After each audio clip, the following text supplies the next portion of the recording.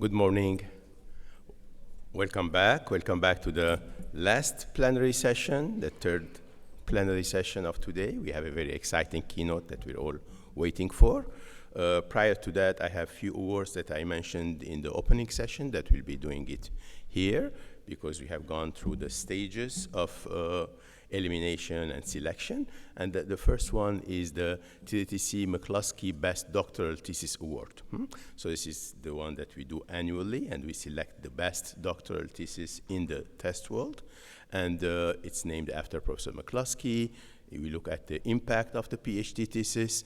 We do semifinals at various conferences, test conferences around the world. This time we have participation from several conferences, but to remind you, we have an organizing committee that does this with two sets of juries, academic jury and industrial jury.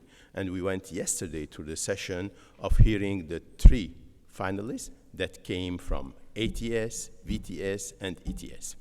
Particularly, I'd like to thank Marcello for organizing this global effort around the world. And now we have three candidates that we had yesterday. Francesco from Politecnico di Torino from Italy, who was the winner of the VTS competition. And then Pao Yao, who is from National Tsinghua University in Hsinchu, who was the winner in Europe, interestingly in different places. And then in ATS, in Asia, we have Jaidev Shenoy from IIT Bombay, who was the winner at the Asian Test Symposium. So when we did this competition, we eliminated and we had the winner today.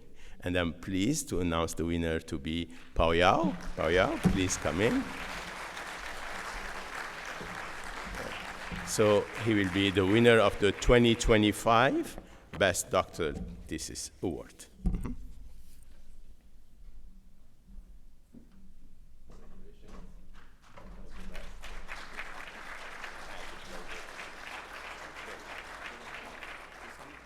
Somebody's doing a photo? Okay, very good. Thank you very much. Okay, I had the pleasure to give the award at the ETS when you were the semi-finalist at that time, and I'm glad you're here. Okay, moving on, the next award that we have is a student award as well, but it's student service award. So we also acknowledge an individual typically who is the winner of the service award of the year. This year we were lucky to have two that made it at that top level. So two volunteer students who helped us with our conferences. And I'd like to invite Pedro, who is our IEEE Philadelphia section representative at the ITC steering committee, to hand the award.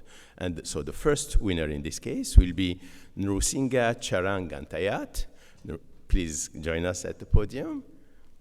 So Charan is here from Arizona State University, and he was a key volunteer at VTS this year. Here we go.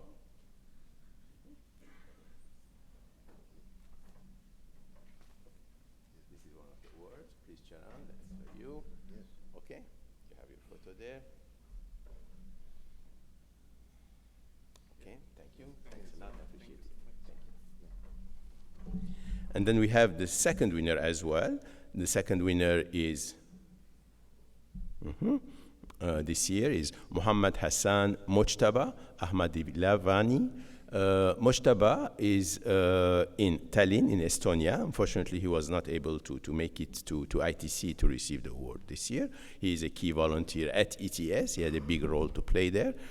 Instead, the ETS steering committee chair, Saeed, will be joining us on stage to receive the award on behalf of Mojtaba. Saeed?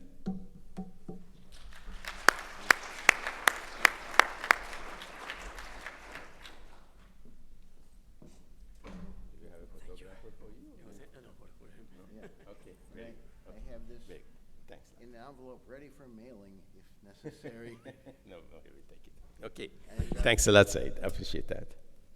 Just want to tell people that the Gordon Award is sponsored in honor of a longtime Let me do that. ITC person from the Philadelphia section who served on the steering committee for 30 Why years. don't you say it?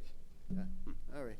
Yeah. The Philadelphia section has been sponsoring the ITC since it started in 1969, and Gerald Gordon was 30 years on the steering committee, every possible job you could have in the steering committee, until he died suddenly in 2002, and the section decided to have an award in his name so that every year the ITC remembers how important he was in starting it up. Yep. Exactly. Thanks a lot, Pedro. Thank you, Said.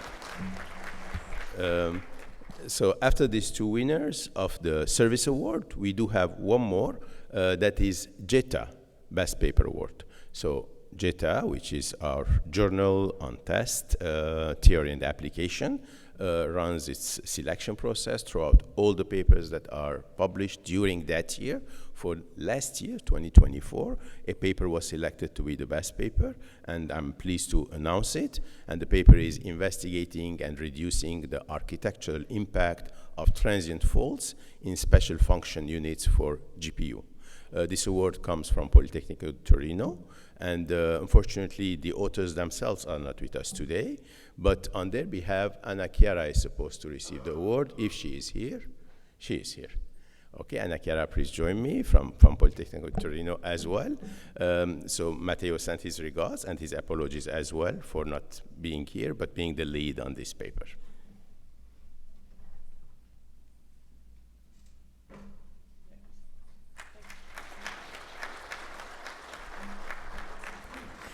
Okay, with this, we completed the award portion of this session, and we'll pass it on to Davide Appello. Davide Appello is the Vice Program Chair, and he's going to introduce us to the keynote speaker of today. Davide.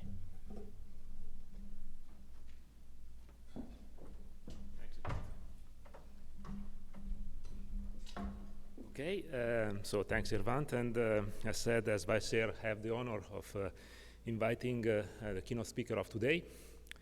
It comes from a different angle from the test technology aspects. It comes from a company named TechInsights. The name is Anand Joshi, that is currently the Senior Fellow for AI at TechInsights.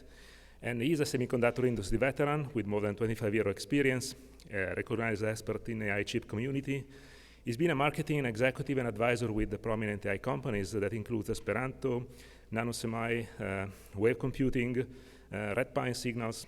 I think there is a very long list. Important is to say that his work was also used by many companies at the Fortune 500 for strategic planning purposes since 2015. He is a frequent conference speaker and advises the venture community about AI chip products, strategy and marketing feasibility, and holds a mentorship degree from Virginia Tech and MBA from UC Irvine. There is also something that he didn't wrote in the bio, but he's also an expert in test because he confessed on the side that he was also doing some interesting activity in hierarchical test in his early days. So thanks, Anand, for being here, and let's welcome him on stage.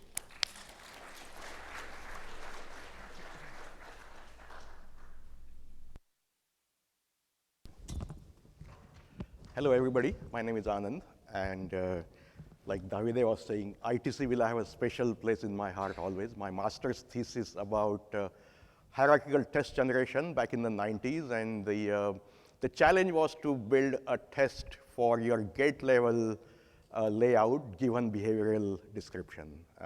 So it's been a fascinating ride for the last 30 years, and great to see ITC is doing well and flourishing. So I've been fortunate to be in AI industry as a market analyst just by accident back in 2015. I'm a chip guy. I've actually done LSI test and things like that back in LSI Logic when I was there. But in 2015, I was trying to do a startup. Obviously, didn't go anywhere. But I bumped into this person who wanted me to write a report on computer vision. And he wanted to pay me for it. So I said, why not?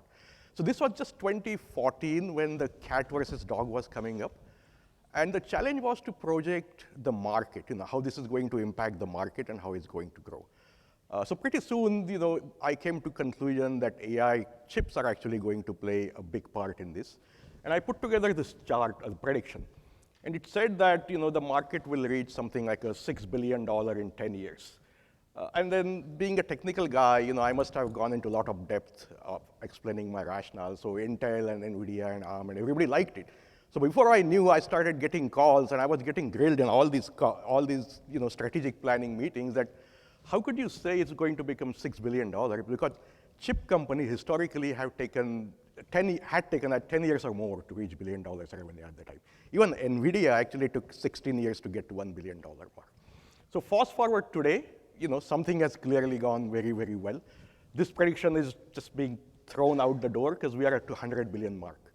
So 6 billion became 100 million. It's gone, I don't know, 10x, 20x time. And just with AI, everything is X. It used to be 20, 30% growth, so on and so forth. But AI has just thrown everything out the door. So this talk is really about how AI is going to impact. I'm not going to focus as much on the low-level semiconductor aspect. That's for you to interpret. But I'm going to be focusing more on the high level, talk about how the neural networks evolved and how that actually got mapped into the chip architecture. We'll talk about the evolution, how the chip architecture changed. We'll talk about the market. And then I'll spend some time talking about what the future is like. I get a lot of questions on generative AI and how that's going to impact market, so we'll go through all of that. So let's jump into the evolution of neural networks. So, if you look at the history of AI, right, there has always been this classic machine learning, the SVMs and the decision trees and what have you. And they used to be pretty prominent. Nobody just talked about them as AI or anything revolutionary. And even today, they continue to exist. So it's not that SVM has gone away or even random forest has gone away. They continue to exist in applications today in things like recommendation engine or fraud detection. But the requirement in terms of performance was of the order of gigaops, if you will. It was a very shallow training. You do a couple of training loops and you are done. But then in 2010, when CNNs came into picture, convolutional neural network, things suddenly changed. CNN basically started looking at pictures, and they would take a 8x8 or 16x16 block, and they would just multiply the heck out of it till you actually got the result you wanted. So that suddenly changed the requirements from gigaops to teraops. So that was first disruption in my mind. The second actually happened in 2017 when transformers came in the picture. So transformers deal with the textual data. And CNNs could not do a good job there because CNNs inherently have certain limitations. But then again, CNNs were designed more for two-dimensional rather than one-dimensional. So transformer gives you an ability to predict which word is related to which word and what the attention is all about. And so that's the prominent technology today. It deals with text, and we are heading towards multimodal neural networks in which you are trying to combine CNN with transformers. So these are evolutions of fundamental architectures, and with each evolution we have actually scaled the performance requirement by, let's say, 100x, right? So what does that mean for chip?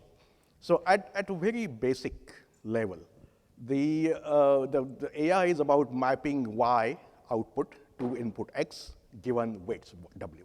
So W is the really intelligence that everybody talks about, the parameters, billions of them, trillions of them, that's all in W, right?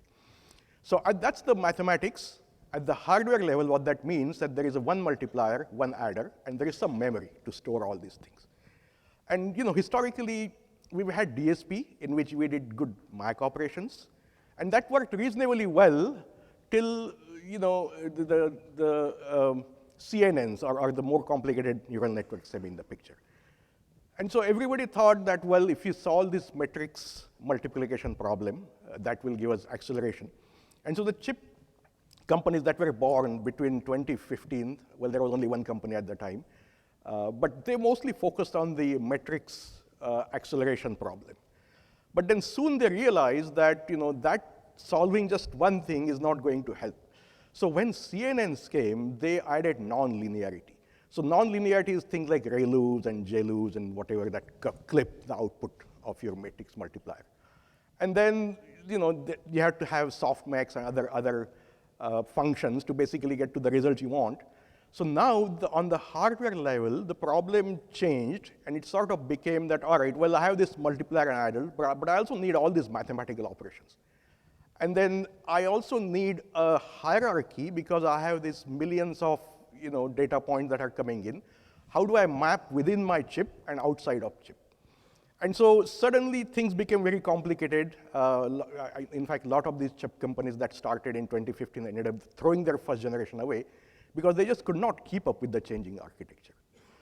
And then the challenge that chip companies faced was that there are a lot of options when you, in order to optimize the pipeline. Let's say you are doing 2 multiplications and 2 additions, or let's say 100 of them.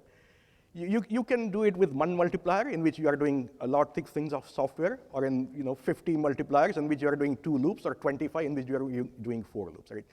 So the nature of the problem was so complicated and so large that chip companies actually got stuck in trying to solve that loop. And if you look at the market today, majority of the companies have a different way of essentially bringing the data into the chip, how many processing elements they have in an array, how the memory flows from your external memory to your chip, and how it gets used. So that is really the need for, that defined the need for chip companies, how their hardware should be designed. And then at some point, the need or the importance of software became very important. All of this has to be managed somewhere. So you need things starting from low level to mid level to high level, and then that's where all these AI frameworks were born, so on and so forth. So today, the neural networks come in all shapes and sizes. So this chart, they call it neural network zoo. And this is just a sample of them, majority of them in research phases. In industry, 2 or 3 that I just talked about have become popular. But the challenge was that, how do you take all these different types of neural networks and make them run on your chip? And then, how do you basically make sure that chip meets the requirements for performance? Whether it's 1 frame per second, or whether it's 50 frames per second, or whatever the latency that may be. So let's go and look into the more production environment today. So that was the basics. So this is the example of the DLRM. So DLRM stands for Deep Learning Recommendation Engine.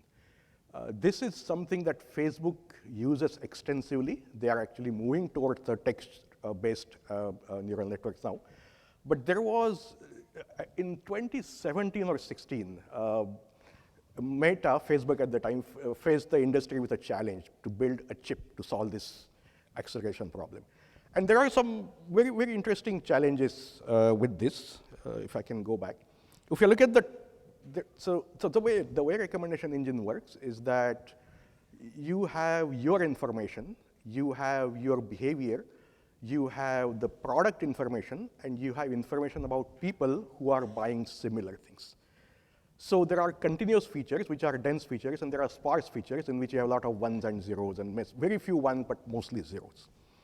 And the challenge is that looking at your history in the browser, you have to correlate what you are looking as your next step and display all those things on the right. So there is a lot of data involved. The embedding tables could run into terabytes. The MLPs could involve multiplication of million by million metrics. And so you have challenges with both the memory size, memory bandwidth, and compute.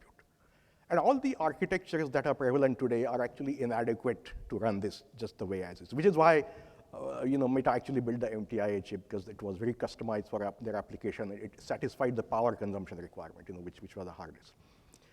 So if you were to run this on CPU, for example, right, you would probably be okay getting up to a terabyte. But if you have 50 terabyte, for example, you're going to system flash very frequently. If your requirements for computes are in hundreds of teraops, CPU will not work, because CPUs today max out at around maybe 10 TOPS of performance, right? So clearly CPU is not good enough to run DLRM. Well, then maybe there is GPU.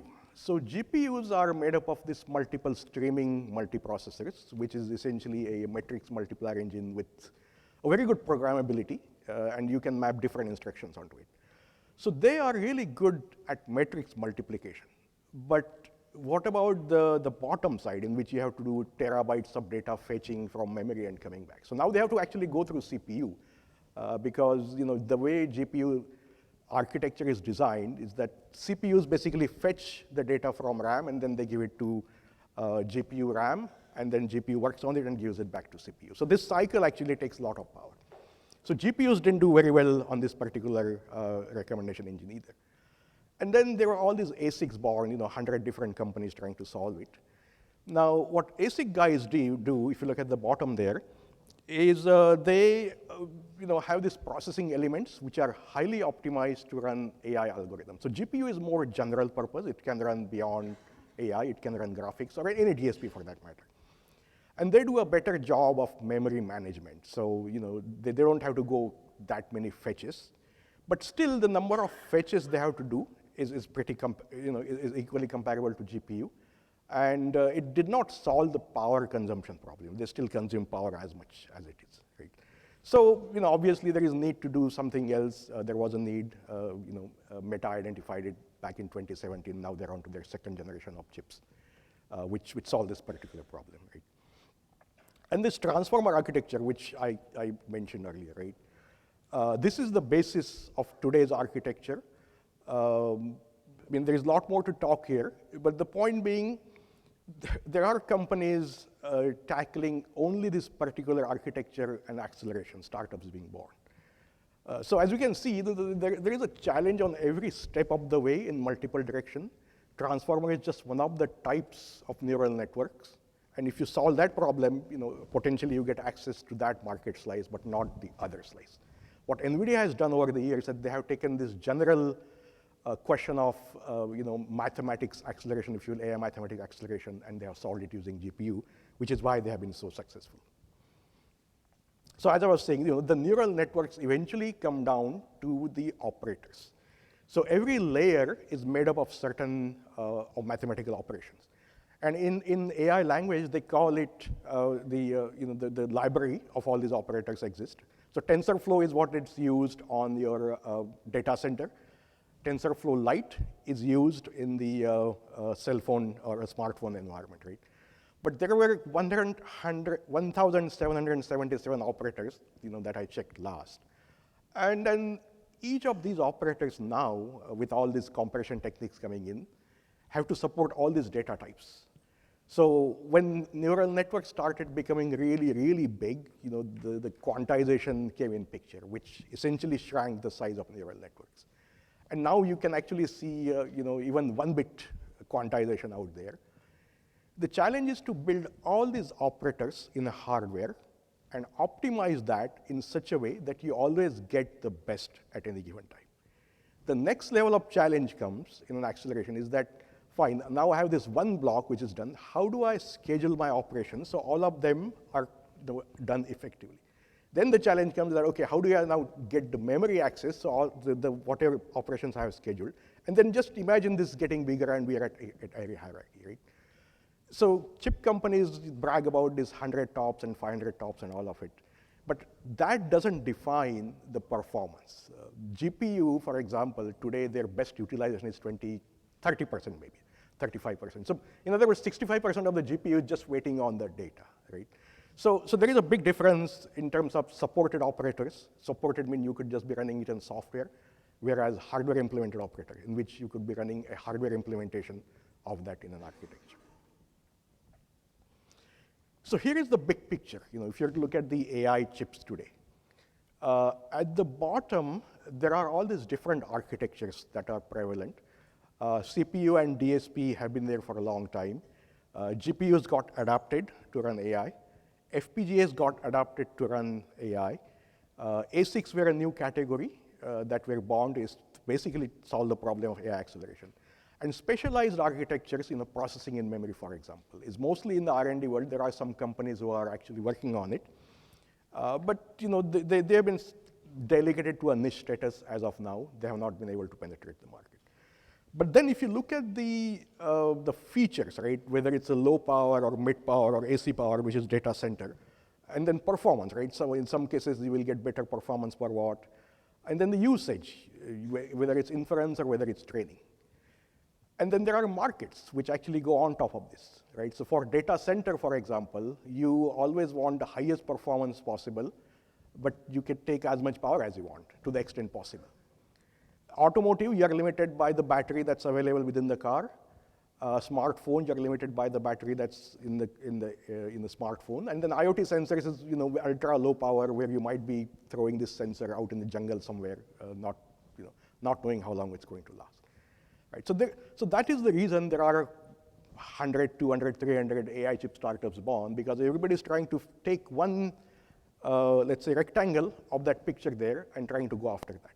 Obviously, the data center side has been very, very successful, and that's where we are seeing all this traction and all this noise that's being generated. Right?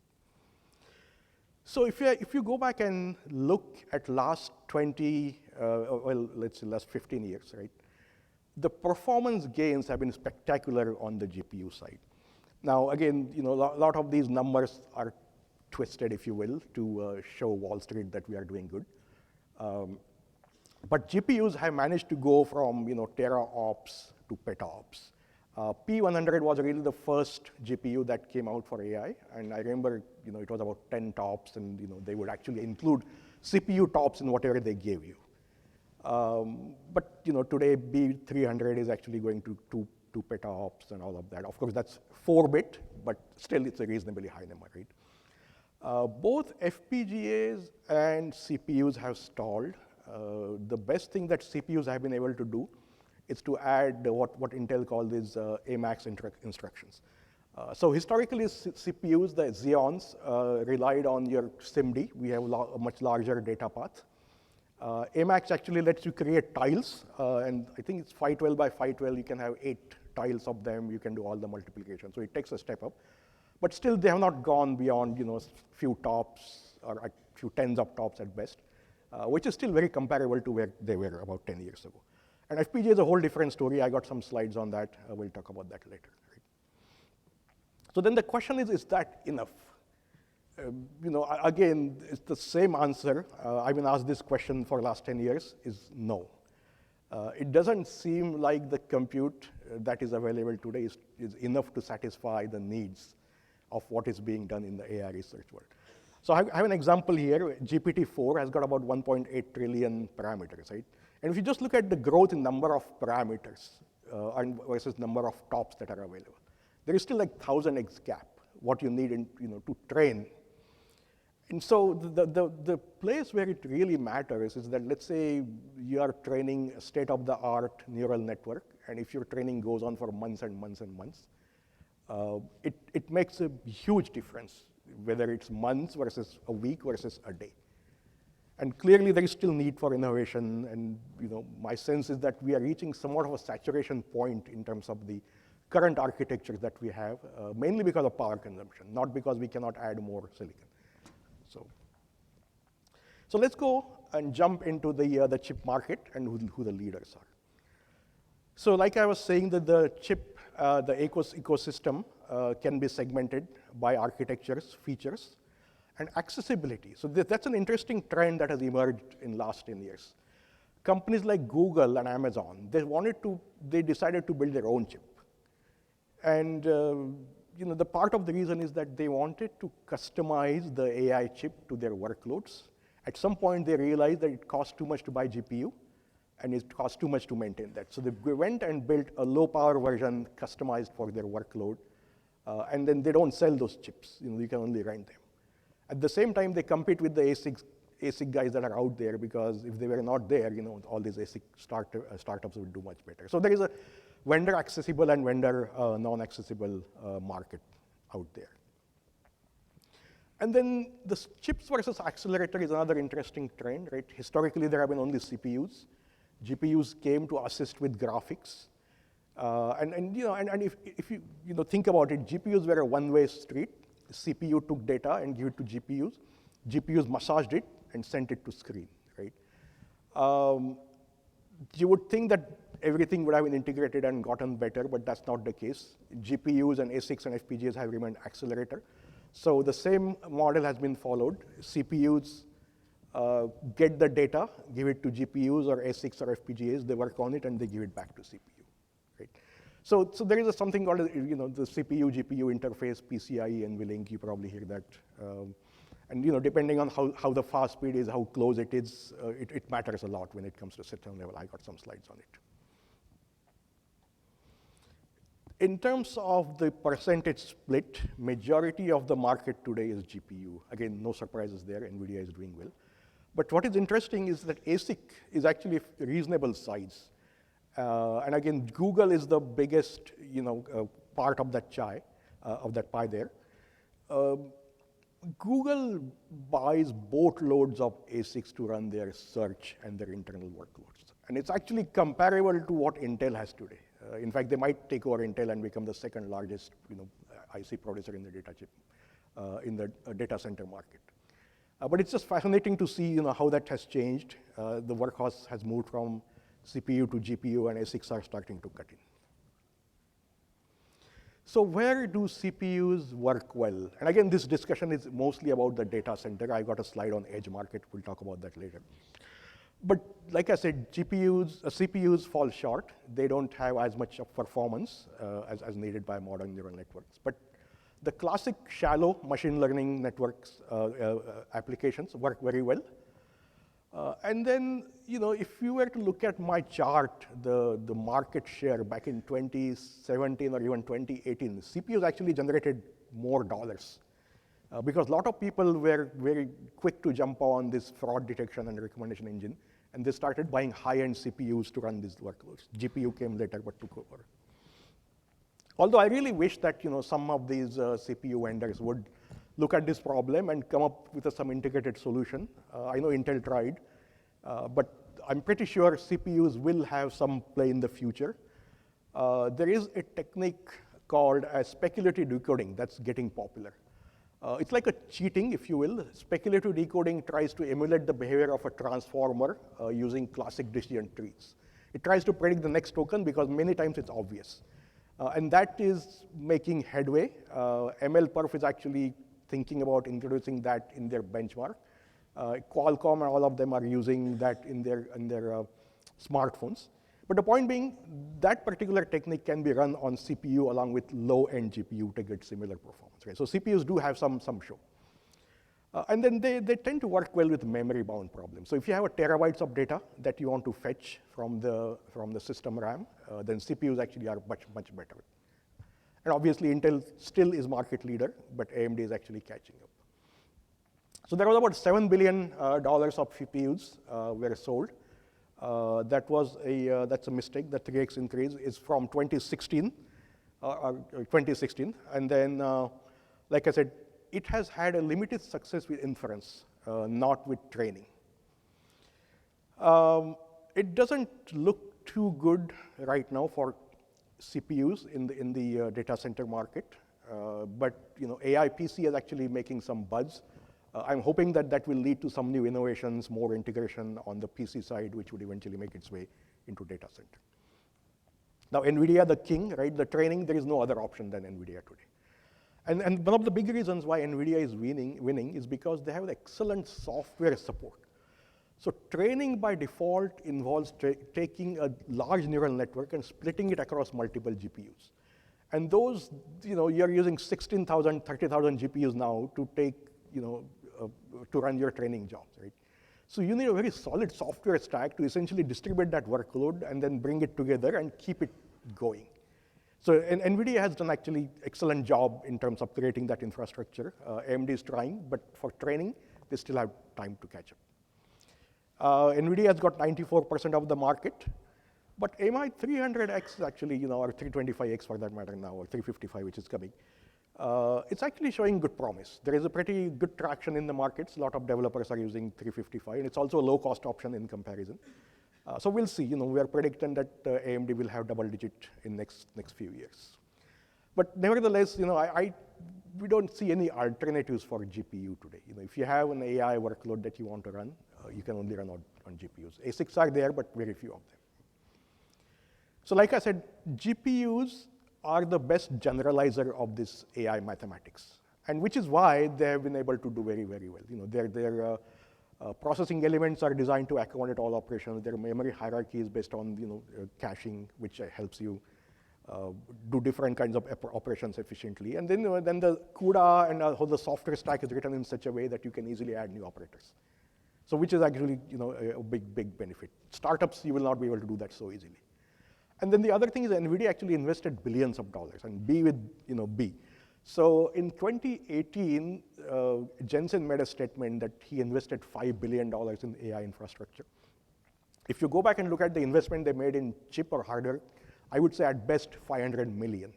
So it was a 10x, the investment they made, which actually is helping them even today. And then the other thing that worked for GPUs is that NVIDIA was really the only option out there to run AI. So NVIDIA has very close connection with all the universities and all the researchers. And they would come to NVIDIA that, hey, can you do this and can you do that, which helped NVIDIA shape the roadmap. And NVIDIA is excellent at listening to customers. The ASICs. ASICs are chips that are specifically designed for AI acceleration. But only 0.5% right now is being given to the AI startups. Majority of that is hyperscalers. And like I said, these hyperscalers designed these chips to run their workloads. They have been fairly successful at doing that.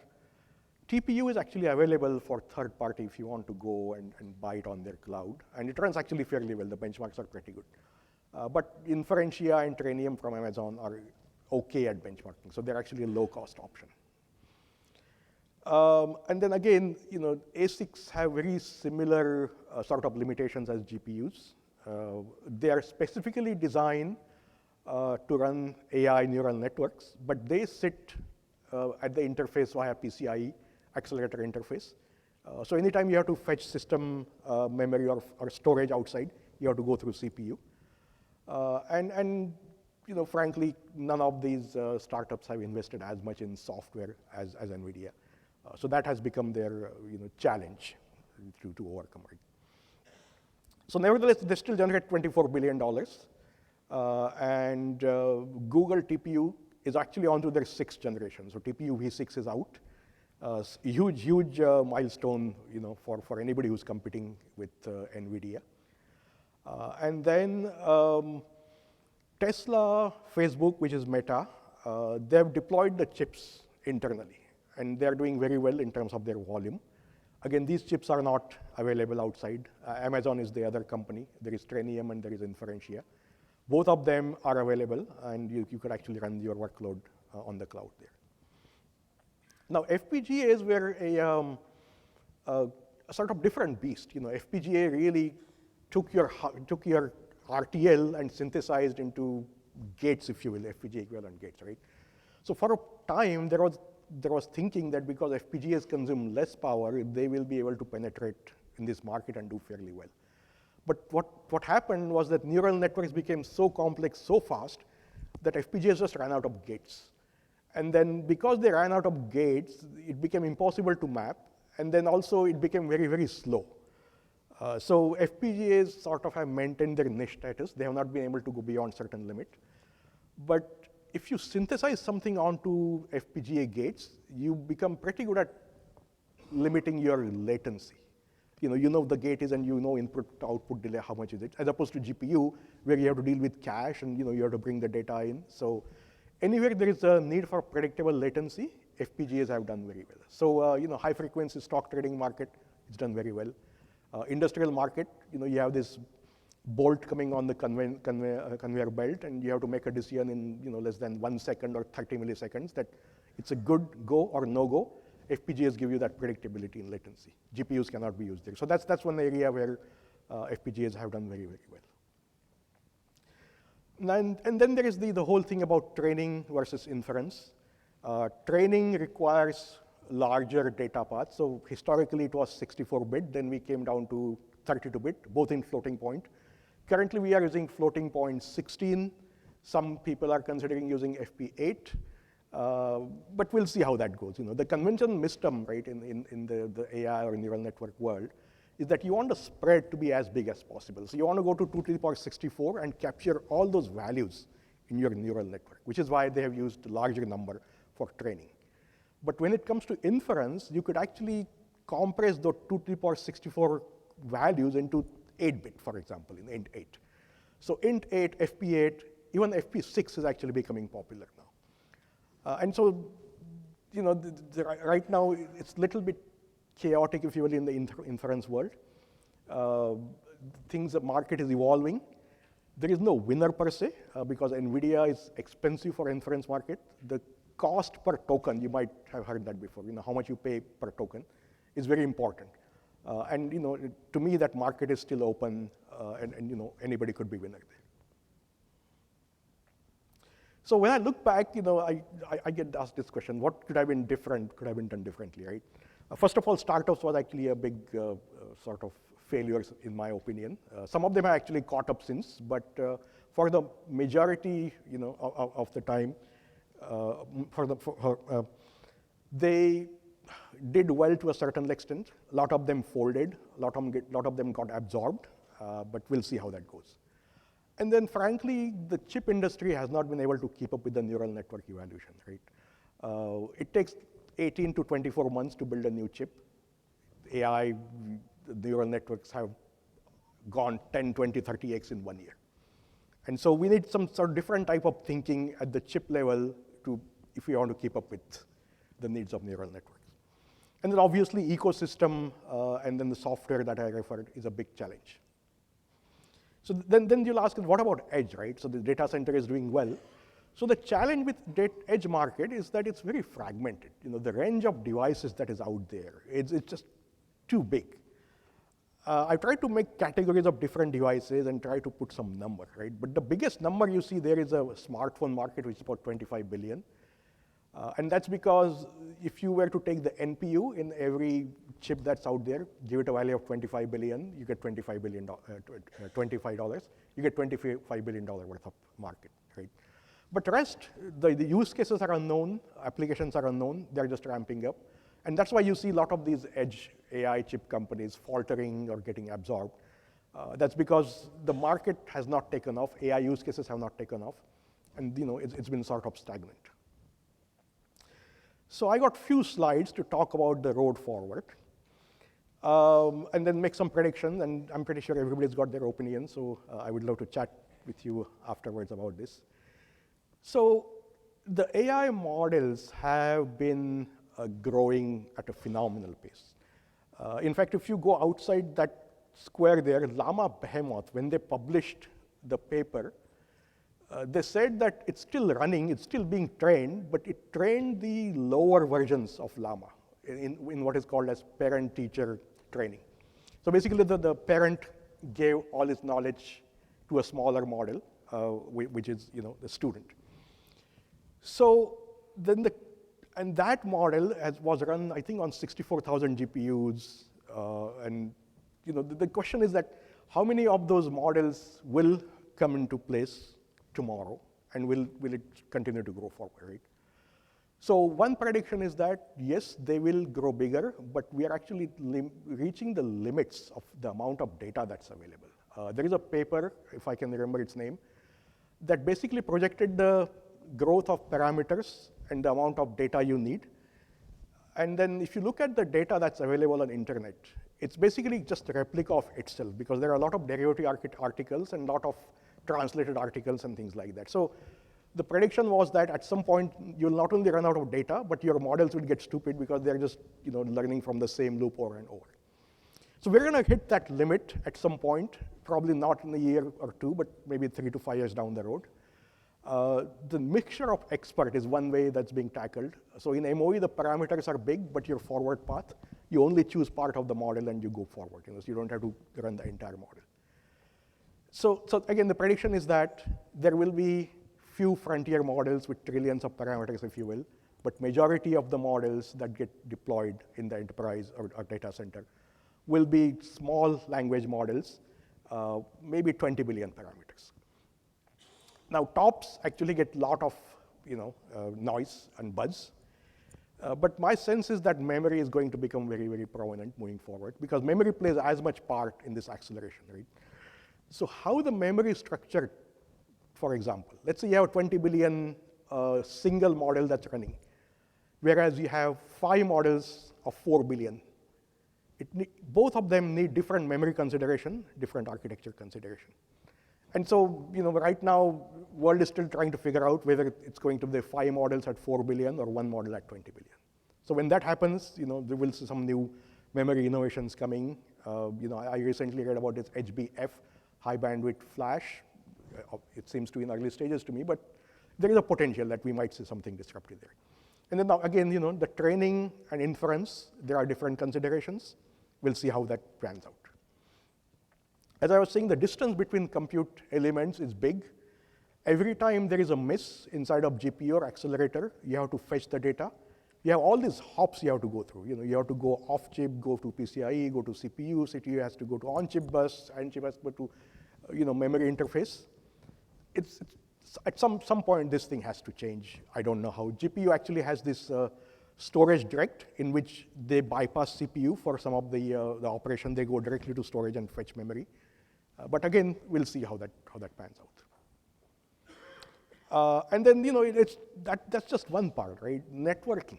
So now you have this stack of networks. You have top of the rack switch, 64,000 GPUs. You're going to need racks and racks and racks. So the fiber optic cable is one way to connect them. Copper cables, maybe different protocols. I don't know, but we need some innovation on that front between the servers communication. And then, so far, majority of the purchases that are made are for training or pre-training. So Facebook or Tesla says, "Oh, I'm going to buy 1 million, GPUs," and the main reason they buy GPUs is that they want to build a state-of-the-art model, and they can essentially be the #1 in the race or beat everybody else in the race.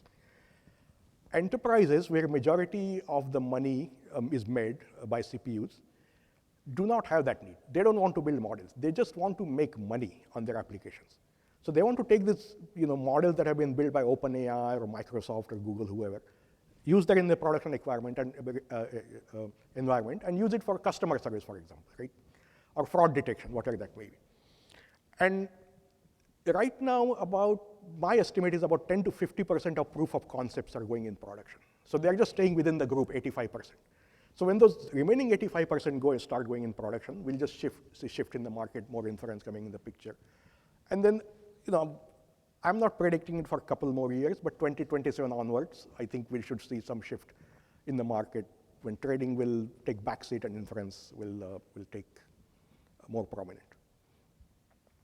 And right now, it just seems like the generative AI is the biggest use case for 2 reasons. One, it takes a tremendous amount of compute, and B, there are a lot more applications there than computer vision. So computer vision used to be the biggest driver, but right now it's mostly being relegated to autonomous machines and autonomous driving and few other areas.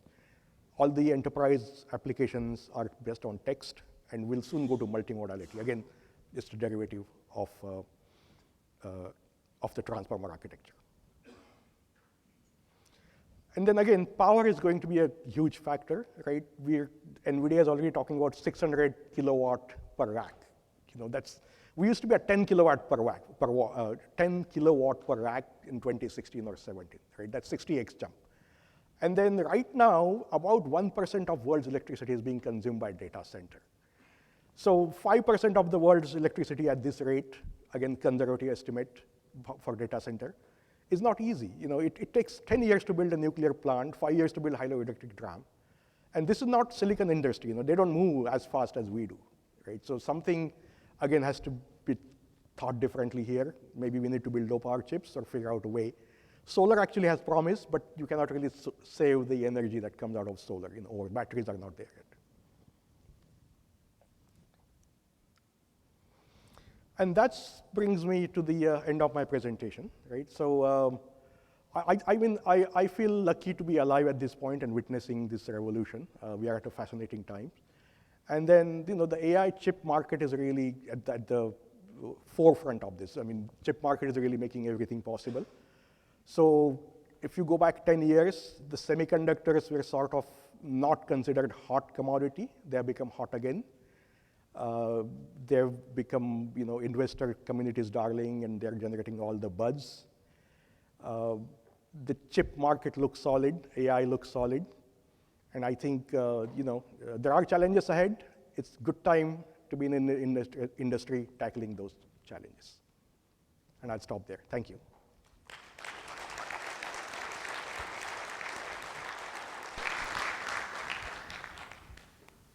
So thanks, Anand, and of course it's time for question and answer. Please get close to the microphone and introduce yourself. Hi, I'm Tapan Chakraborty from Renaissance Electronics. Interesting talk.